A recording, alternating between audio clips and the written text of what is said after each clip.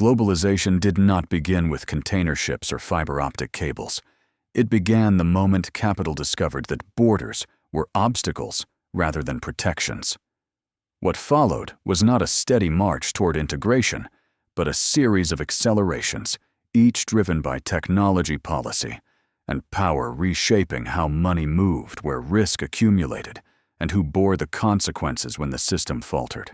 In its modern form, globalization emerged from the wreckage of World War II. The architects of the post-war order believed that economic integration would make conflict irrational. Trade would bind nations together. Capital would flow to where it was most productive. Institutions would replace empires. Bretton Woods anchored currencies. Capital controls restrained volatility. Finance was international, but disciplined. This balance did not last. As memories of depression and war faded, restraints loosened. Capital controls were dismantled. Exchange rates floated. Financial innovation accelerated. By the late 20th century, money could move across borders in seconds, while laws remained stubbornly national. Globalization entered its financial phase, not merely the movement of goods, but the migration of capital risk and leverage. The promise was efficiency. Savings in one country would fund growth in another. Risk would be diversified globally. Markets would discipline governments more effectively than politics ever could. For a time, this appeared true. Capital flooded emerging markets. Credit expanded. Growth accelerated. But beneath this optimism lay asymmetry. Capital is mobile. Labor is not. Regulation is local. Finance learned to exploit these differences. Corporations arbitraged taxes. Banks arbitraged rules. Investors chased yield across jurisdictions without inheriting responsibility for stability. Sovereignty weakened quietly, not through conquest, but through competition. Financial globalization magnified booms and deepened busts. Capital inflows inflated asset prices. Exchange rates appreciated. Current account deficits widened. When confidence turned, flows reversed brutally. Crises erupted not because fundamentals collapsed overnight, but because liquidity vanished instantly. Asia in 1997. Russia in 1998. Latin America repeatedly. Each crisis followed the same pattern: liberalization inflow, excess reversal collapse. Advanced economies were not immune. Globalization compressed inflation and boosted profits, but hollowed out resilience. Manufacturing migrated. Supply chains lengthened. Dependence on foreign savings grew. Asset prices replaced wages as engines of wealth. Inequality widened quietly. The 2008 financial crisis exposed globalization's financial fault lines brutally. Risks had been sliced, repackaged, and distributed globally. When U.S. housing collapsed, losses surfaced everywhere. National governments were forced to rescue global banks. Global markets relied on domestic taxpayers. The mismatch was unmistakable. Central banks responded by coordinating across borders, flooding markets with liquidity.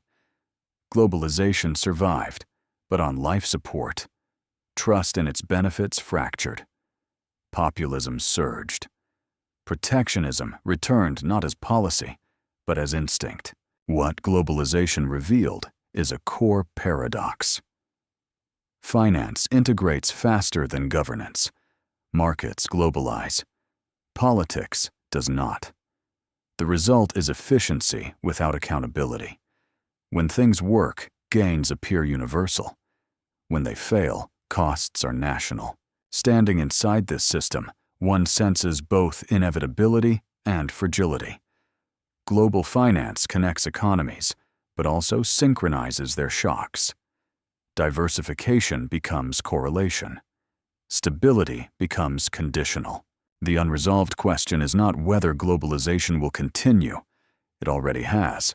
But whether its financial architecture can be redesigned to share risk as effectively as it shares capital, a challenge that becomes more urgent as crises grow more frequent and interconnected, forcing societies to confront whether globalization without coordination is sustainable or whether the next phase will demand a rebalancing between openness and control, a rebalancing that will determine not only financial outcomes, but political legitimacy itself, a legitimacy already strained by decades of uneven gains and social dislocation, a strain that will only intensify as capital continues to move freely while trust remains stubbornly local, setting the stage for a reckoning that will test whether globalization can be governed or whether it will once again be reshaped by crisis, a crisis that force a reckoning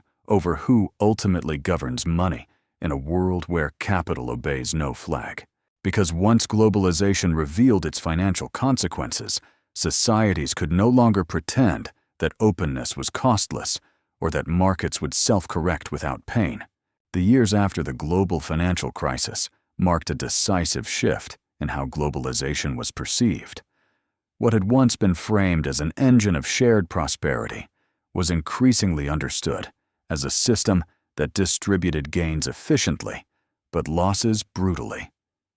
When global finance faltered, rescue was national. Governments guaranteed banks whose operations spanned continents.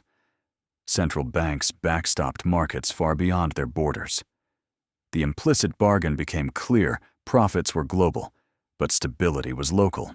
This mismatch strained political legitimacy. Voters were asked to absorb austerity, unemployment, and inequality in the name of restoring confidence in a system that no longer felt accountable to them.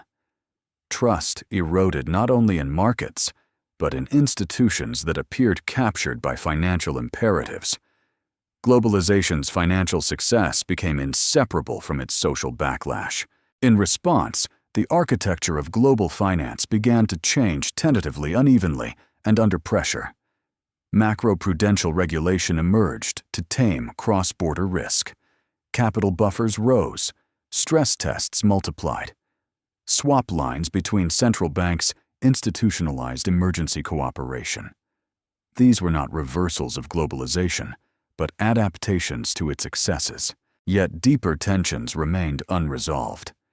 Countries faced an impossible trilemma: financial openness, national sovereignty, and democratic control could not all be fully preserved at once.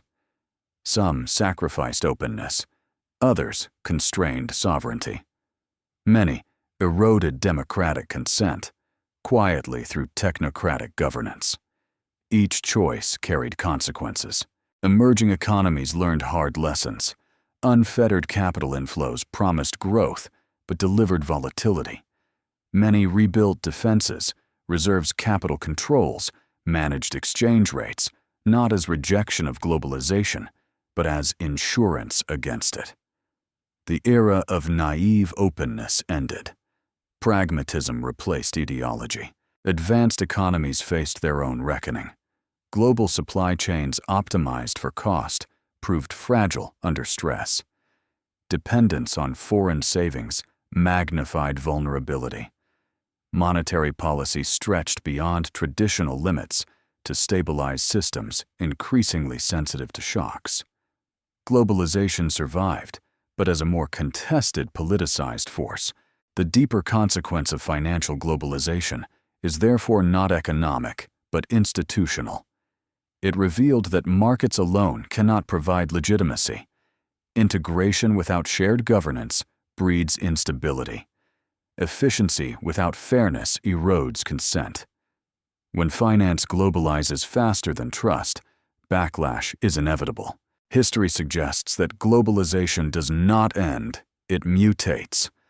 The 19th century collapsed into protectionism after crisis. The 20th rebuilt integration under institutions. The 21st now stands between these paths. Financial globalization will persist, but its form will be shaped by how societies answer a fundamental question: who bears risk when borders no longer contain it? If this story of globalization and its financial consequences changed how you think about capital flows, crises, or inequality, share what resonated with you. And if you want to continue exploring how money binds and sometimes divides the modern world, follow the channel and stay with this journey, because globalization is not a destination, but a process. And its next chapter will be written not only by markets, but by the political choices made in response to their consequences.